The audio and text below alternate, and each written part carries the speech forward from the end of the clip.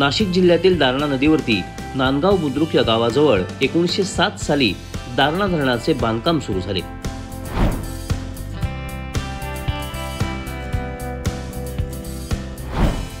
धरण 1912 मध्ये पूर्ण झाले। तेव्हा धरणासाठी सुमारे 27,38,596 रुपये खर्च आला होता।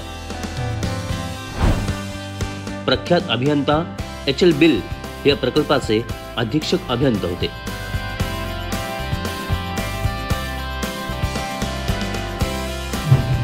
दारणा धरणातील पाणी नदीतून नांदूर मधमेश्वर बंधाऱ्यात व त्यानंतर गोदावरी उजवा व डावा कालव्याद्वारे शेतीला पुरवण्याची व्यवस्था होती।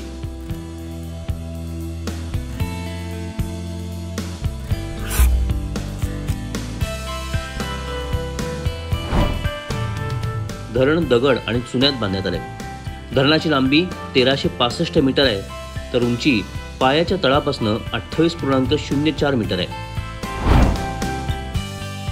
धरणाची पाणी साठवण्याची क्षमता 7.15 TMC आहे। धरणाला स्वयंचलित पद्धतीचे 50 दरवाजे आहेत।